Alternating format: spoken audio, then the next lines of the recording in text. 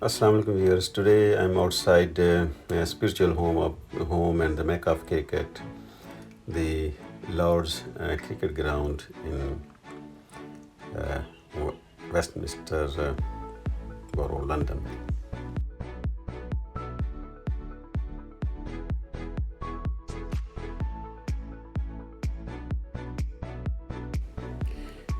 The ground is privately owned by Marylebone Cricket Club, who has 18,000 members. Is the home to ECB, and from 1909 to 205, the ICC. The dominant building is the terracotta-colored pavilion built in 1890 and still one of the world's most recognizable structures. Going around the ground outside in a clockwise direction, next to pavilion is the Warner stand, opened in 1958 and named after the eminent player of administrator Sir Pelham Warner. The main grandstand was built in 1997 and replaced architecturally unique structure designed by Sir Herbert Baker, which was opened in time for 1926 Ashes Test. The far end, the nursery, is enclosed by the Compton and Aldrich stand, a pair of low-level two-tier stands built in 1990, which are remarkably similar to those they replaced. Legend has it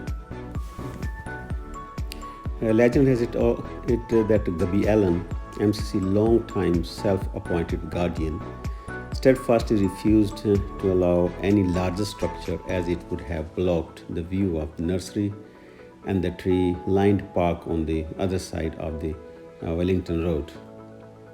The nursery itself is named after Henderson's agriculture nursery, which was acquired in 1887. It houses a second pitch, which is used for end-of-season arrows matches as well as women's varsity match. The award-winning Mount stand was opened in 1987. Its predecessor, constructed in 1898, was on the site of old tennis court and at one time contained a bakery with a small underground railway to take produce to various points of sale. The tavern is the least distinguished of the stands and typifies the bland functionality of 1960s. Until the late 1980s, spectators could stand on the concourse in front of the stand and watch proceedings, but increasingly rhodism ended that. The previous tavern, an ivy-clad building, was much loved by patrons. The final stand before returning the pavilion is the Allen stand, formerly the Q stand, a rather diminutive infill which serves as a pavilion overflow on big match days and Middlesex club room at other times. Tickets for entry is only obtainable from MCC or the authorized agents from MCC. Other ticket holders may be refused for entrance. Coming up are the gates in memory of great player William Gilbert Grace, the great cricketers 1848 to 1915. He played class cricket for 43 years. He was the unrivaled champion of English cricket in late 19th century when the game was established in present form. W.G. Grace died in 1915, but the gates were erected in 1923 because of World War. Iron gates set within the exedra of Portland stone, two pairs of gates topped with the motif of cricket ball surrounding by sun's rays, each either side of the central pier with a single triglyph of a cricket stump under sun, under urn with English line. In the center, an inscription to the memory of William Gilbert Grace, the great cricketer, 1848 to 1915. The ground can hold 30,000 spectators. Proposals are being developed to increase capacity and amenity. As of December 2013, it was proposed to redevelop the ground at the cost of around 200 million over a 14-year period. The current ground celebrated its 200th anniversary in 2014. To mark the occasion on 5th July, an MCC 11 captained by Sachin Tendulkar played a rest of the world 11 led by Shaheen in 50 overs match. The highest team total in this ground is 729 for 6 by Australia, and the lowest is 38 out by Ireland versus England. The highest individual innings was played by Gooch, 333 against India, and the best bowling was by Ian Botham, 8 for 34 against Pakistan. Shaheen Afridi holds the record of best bowling in an innings, 6 for 35 against Bangladesh in 2019. Before I show you inside of the ground, I must add Lord's today is not on its original site. It is the third of 3 grounds that Lord established between 1787 and 1814. First ground was built here, where now Dorset Square is, by Lord Thomas in 1787, now known as the Lord's Old Ground.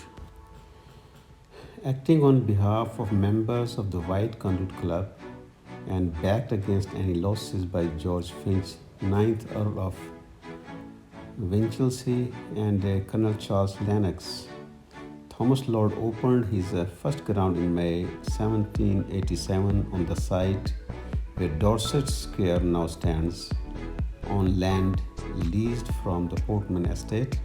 The White Conduit moved from Islington, unhappy at the standard of the ground at White Conduit, moved there from soon afterwards and reconstituted themselves as Marylebone Cricket Club. It was thought that the establishment of a new ground would offer more exclusively to its members, with White Conduit fields considered too far away from the fashionable Oxford Street and the West End. And the very first match was played at this ground was between Middlesex and Essex. Because of rise in rent in the area, the Lord relocated the ground in 1811 to the place which is now known as the Middle Ground area in Lisson Grove. The Lord removed his turf and relaid here at his second ground.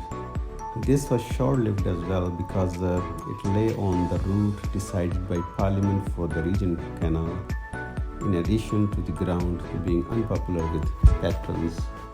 The middle ground was owned by our family, who built this estate on the same place, the flats and houses, and made a way for the Regent Park Canal. And they offered Lord another plot nearby, and again he relocated his turf to the new place, the present place where this Lord stands now. The new ground was originally a duck pond on a hill in St. John's Wood, which gives rise to the Lord's famous slope.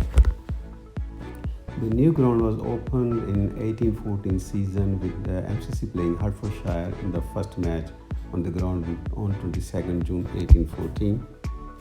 Now we are entering the great venue, the Lord's, the spiritual home of the cricket. This is the ground the Lords, where Don Bradman scored 254 runs in 1930, a ground record which held for 60 years until England's Graham Gooch hit a monster 330 runs against India in 1990. Glenn McGrath also holds the record for most wickets, 26 captured on the ground by a non-Englishman. This is the ground where immortal Sachin Tendulkar became mortal, scoring his first century in 1998. There's a long room found on the ground floor of Pavilion and has been described by Lawrence Booth as the most evocative four-wall in world cricket. Players walk through the long room on their way from the dressing room to the cricket field. This walk is notoriously long and complex at Lord. On his test debut in 1975, David Steele got lost. This is the MCC Museum, which is the oldest sport museum in the world and contains world's most celebrated collection of cricket's memorabilia,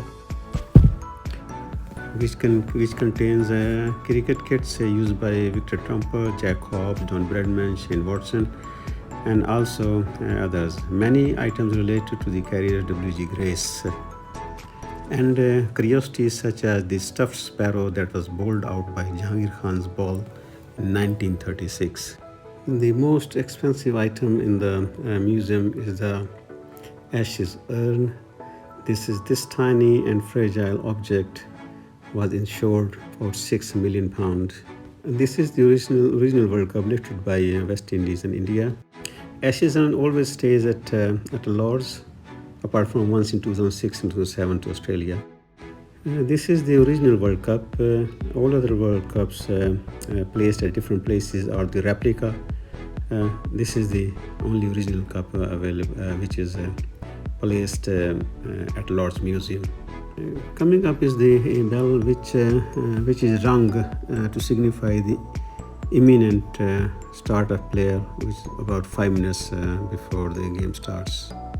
This is England dressing room with honor board recording centurions and 5 wicket holder bowlers.